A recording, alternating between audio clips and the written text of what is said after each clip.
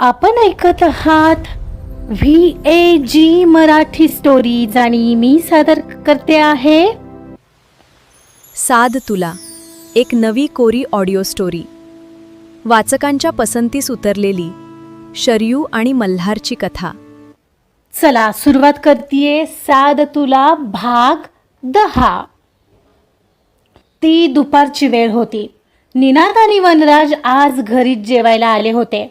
Dining टेबलवर शांत झालेली नि विचारात हरवलेली राजनंदिनी जेवायला वाढत होती. निनादला तिला पाहून वाईट वाटत होतं. एवढ्यात रजनीचा कॉल निनादच्या मोबाईलवर झळकला. त्यांनी तो उचलला आणि कानाला लावत म्हणाले, बोल रजनी, काय म्हणत आहेस? कशी आहे ग आता शरयू? राजनंदिनीकडे पाहत निनाद म्हणाले आणि राजनंदिनीची ही केविलवाणी नजर एकदम निनादकडे वळली. जणू ती ही शरयूच्याच विचाराने त्रस्त होती. निनाद, एक खुशखबर आहे, रजनी उत्साहाने सांगत होती. खुशखबर? अगं कसली, बोल ना. निनादचे कान टवकारले गेले. अरे आपली शरयू आता नक्कीच बरी होईल बघ. अरे आत्ताच जस्ट चक्क स्वतःहून पियू सोबत जिमला गेली आहे. ही सुरुवात आहे असं समज. रजनीच्या आवाजात आनंद होता. काय सांगतेस रजनी? हेच ऐकायला तरसलो होतो आम्ही. किती काळजी वाटत होती तिची, पण आता अगदी बरं वाटलं बघ. माहितीये ग, वेळ हेच प्रत्येक गोष्टीवरचं औषध आहे, पण हे एक्सेप्ट करायला तरी वेळ लागतोच ना. म्हणूनच तर तुला लगेच कॉल केला. ही पॉझिटिव्ह साईन आहे निनाद. आता सगळं ठीक होणार. खरं तर कालपर्यंत मलाही जरा काळजीच वाटत होती तिची. ती तिची रूम सोडायलाही तयार नव्हती. मी म्हटलं होतं थोडा वेळ द्यावा तिला, पण मग काल तिला जरा जबरदस्तीनेच आईस रिंकला घेऊन गेले. And see, now you can see the change. Thanks Rajni, तू तिथं तिच्यासोबत आहेस म्हणून मला काळजी नाही बघ. असंच कळवत राहा. मी रात्री व्हिडिओ कॉल करेन आणि बोलेन तिच्याशी. हर्ट झालेल्या नंदिनीच्या चेहऱ्याकडे पाहत निनादनी डोळे मिचकावत धीर दिला. तसं नंदिनीच्या चेहऱ्यावर आलेल्या आठ्याही विरल्या. हो, आणि काळजी करूही नकोस, मी तिला नक्की यातून बाहेर काढेन, रजनीने आश्वासन दिलं. हो, मला खात्री आहे रजनी, म्हणून तर तुझ्याकडे पाठवलंय मी. आता कुठे निनादच्या चेहऱ्यावर हास्य उमटलं. रजनीसोबत थोडं फार बोलून त्यांनी फोन ठेवला. बघ, मी म्हणालो होतो ना नंदू, थोडा वेळ द्यावा लागेल. ती होते ठीक. माझी शरयू मिळमिळीत नाही आहे, स्ट्रॉंग आहे ती. हो, हे ऐकून आता कुठं बरं वाटतंय निनाद. तुम्ही दोघे नुसतं बरं वाटून घ्या, पण मी त्याला सोडणार नाही आहे, वनराज म्हणाला. वनराज, सोड ना. असं काहीच करणार नाही आहेस तू बाळा. दुसऱ्याने शेण खाल्लं म्हणून आपणही खायचं का? नाही मॉम, मी नाही म्हणत मी त्याला जाऊन मारेन वगैरे, पण नाही त्याचे प्रोजेक्ट एक एक करत माझ्याकडे घेतले तर माझं नाव वनराज नाही. हाच माझा बदला असेल. त्याची काही गरज नाही आहे आपल्याला वनराज, निनाद म्हणाले. तुम्हाला नसेल पण मला आहे, म्हणत तो जरा रागातच जेवण संपवत उठला. वनराज, वनराज, मॉम हाक मारत होती पण तो काही थांबलाच नाही. आता हो काय करायचं? डोंट वरी, माझं लक्ष आहे त्याच्यावर. पण निनाद, किती दिवस असं आपण सत्य लपवणार? किती दिवस? आपण त्यांना सगळं सत्य सांगायला हवं, नाहीतर या सत्यामुळे आणखी वनराज तर दूर जाणार नाही ना. तू असा विचार करते आहेस? आपण काही चुकीचं केलंय का नंदू? नाही, तसं नाही, पण मला वेगळीच भीती वाटते निनाद. तू नको काळजी करूस. एक एक गोष्ट ठीक होते ना, हे पण होईल. आणि वेळ आलीच तर सांगू त्या दोघांनाही. पाहता येईल तेव्हा जे होईल ते होईल. आपला हेतू तर वाईट नाही आहे ना. डोळ्यातलं पाणी रोखत ती म्हणाली. काय, आता तूही जेवायला बस. मला माहिती आहे गेल्या काही दिवसांपासून तू नीट जेवतही नाही आहेस. चल बस बरं माझ्यासोबत.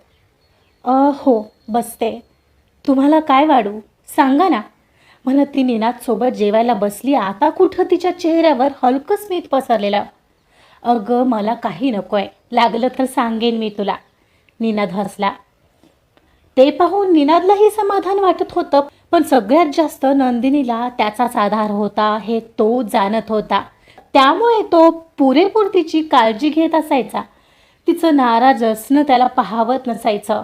तिला दिलेलं सप्तपदीचं वचन तो पूर्णपणे पाळत होता. त्या 4 दिवसात मल्हारने स्वतःला अगदी कामात झोकून दिलं होतं. त्याला निनादच्या कन्स्ट्रक्शन कंपनीच्या हातून एक महत्त्वाचा प्रकल्प मिळवायचा होता. हा प्रकल्प जिंकून निनादला व्यावसायिक धक्का देणं हेच त्याचं सध्याचं लक्ष होतं. तो त्यासाठी जीवापाड मेहनत करत होता. पण त्याला माहीत नव्हतं की तो प्रोजेक्ट हातातून जाऊन न देण्यासाठी तिकडे वनराजी टपलेला. त्याचसाठी मल्हार दिवस रात्र काम करत होता. क्लायंट्स, मीटिंग्स, अंतिम निविदा सादर करणं आणि ऑफिसमधील डेडलाईन्स पूर्ण करणं. तो इतका व्यस्त झाला होता की तो आईला फोन करणंच नाही तर त्याच्या आत चालू असलेल्या बेचैनीलाही विसरला होता. नव्हे, तो ती कामाच्या आड दडपून टाकू इच्छित होता. मल्हार आताही एका वेगळ्या पण अत्यंत महत्त्वाच्या मीटिंगमध्ये होता. त्याचे अधिकारी त्याच्यासमोर एका नवीन सरकारी निविदेचं सादरीकरण करत होते आणि एवढ्यात त्याच्या लॅपटॉपवर एक ईमेल नोटिफिकेशन चमकलं. मल्हारने मीटिंगमधून लक्ष न हटवता पटकन बाजूला पाहिलं. ईमेलचा विषय होता गोखले इन्फ्रास्ट्रक्चर प्रकल्प निविदा निकाल.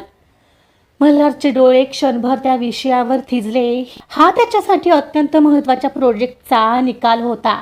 त्याने मीटिंगमधून ब्रेक घेतला. जस्ट 1 मिनिट गाईज म्हणत तो ती ईमेल वाचू लागला. ईमेलमधील पहिलंच वाक्य मल्हारला धक्का देऊन गेलं. आम्ही अत्यंत खेदपूर्वक कळवतो की सध्याच्या व्यावसायिक गरजा आणि निवड समितीच्या अंतिम मूल्यांकनानुसार आपला प्रस्ताव गोखले इन्फ्रास्ट्रक्चर प्रकल्पासाठी निवडला गेला नाही आहे. मल्हार जागेवरच शांतपणे बसून राहिला. तो पराभूत झाला होता. त्याने 3 दिवस झोकून देऊनही त्याला यश मिळालं नव्हतं. शिट. त्याने एकदम हातातला पेन बाजूला भिरकावून दिला. मल्हार सरळ मीटिंग रूममधून उठला आणि तो बाहेर निघून गेला. सर काय झालं? जस्ट होल्ड ऑन गाईज, मी आलोच म्हणत रणजित त्याच्या पाठोपाठ बाहेर आला. सर काय झालं? 3 दिवसांपासून आपण ज्यासाठी एवढी मेहनत करतोय तो प्रोजेक्ट हातातून गेलाय रणजित. गोखलेंचा. रणजित, गोखले इन्फ्रास्ट्रक्चरची निविदा कोणाला मिळाली हे तात्काळ चेक कर. मल्हारचा आवाज शांत होता पण त्यातला तणाव स्पष्ट जाणवत होता. हो, मी कामाला लागतो सर. ओके, ते नंतर कर. Let's continue the meeting. We have to concentrate on our next project. म्हणून तो मीटिंग रूममध्ये निघून आला आणि ती मीटिंग कंटिन्यू करू लागला. रात्रीची वेळ होती. मल्हार केबिनमध्ये बसून होता.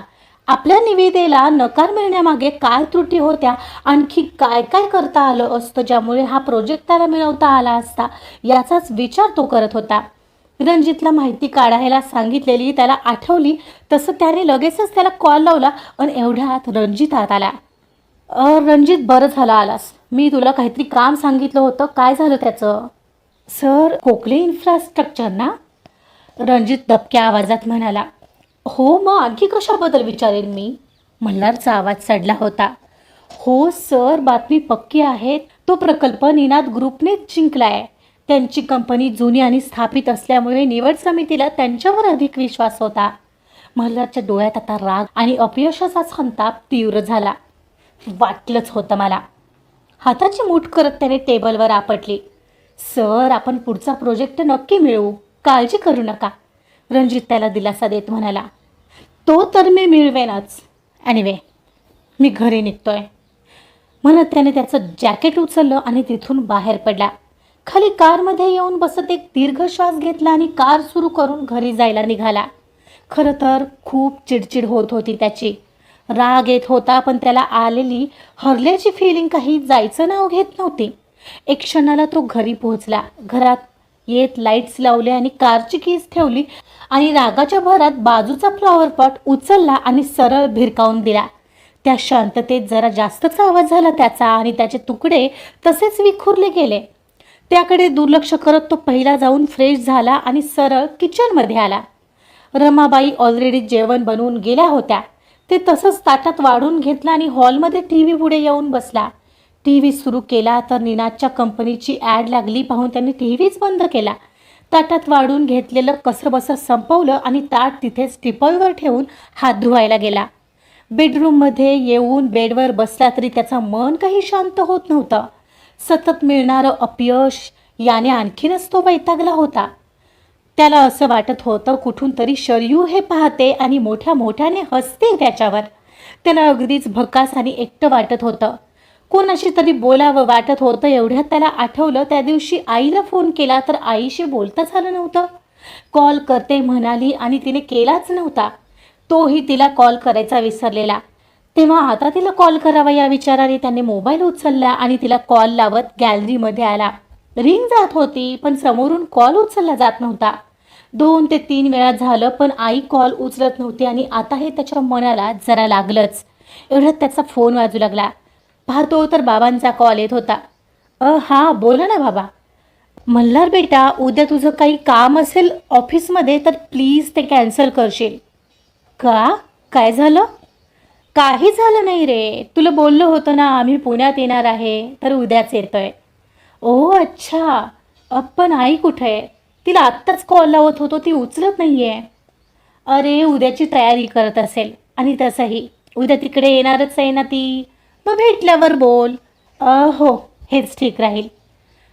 तर मल्हार आम्ही पहाटेच निघणार आहोत. सकाळी लवकर पोहोचू.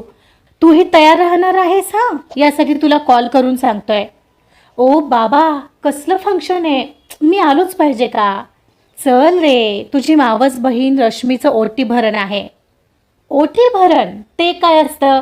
ओ बाबा ते बायकांच्या फंक्शनमध्ये मी येऊन काय करू? तुम्हाला बोलावलंय तुम्ही जा. अरे तुझी मावशीही नाव काढत होती तुझं. आपल्या घरच्यांच्या कार्यक्रमाला जावं आवर्जून. तू येणार आहेस कळलं ना?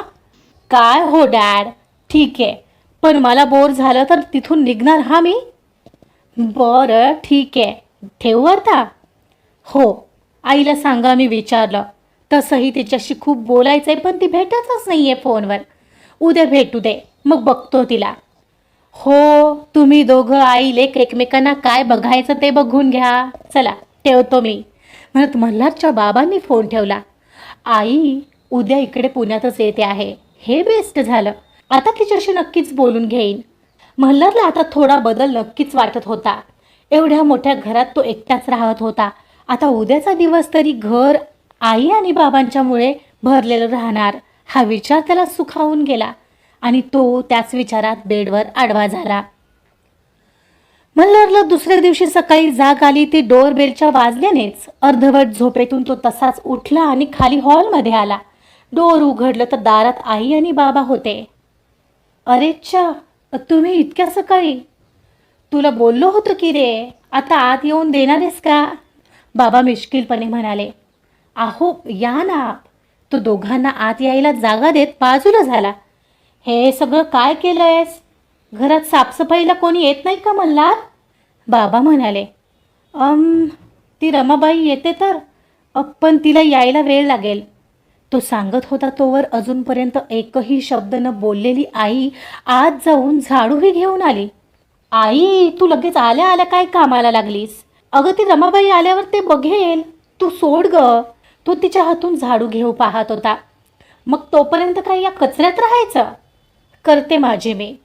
आई त्याचा हात झटकून झाडूही लागली. तिचा आवाज वृक्ष होता. आई अगं राहू दे. बाबा सांगा ना तिला. माझं ऐकणार आहे का ती? तूच बघ आता. मी आलो फ्रेश होऊन म्हणत बाबा वॉशरूमकडे निघून गेले. अरे यार आई ऐकणार आहेस का? आणि काय ग गेल्या काही दिवसांपासून काय चाललंय काय तुझं? आणि काय ग इकडं यायचं म्हणून फोन उचलत नव्हतीस की काय माझा? तो हसत म्हणाला.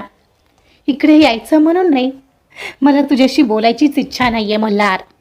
आईच्या हसण्यात हट होतं. आईच्या त्या शब्दांनी मल्हारचा चेहरा पांढरा फटक पडला आणि पायाखालची जमीन सरकते असं झालं. आजचा भाग इथे संपलेला आहे. बघूया मल्हारची आई आता तरी मल्हारला ते सत्य सांगेल का? आणि सत्य काय आहे ते जाणून घ्यायचं असेल तर प्लीज ऐकत रहा. साध तुला कथा आवडत असेल तर प्लीज लाईक करा, सबस्क्राईब करा आणि शेअर सुद्धा करा. Thank you so much.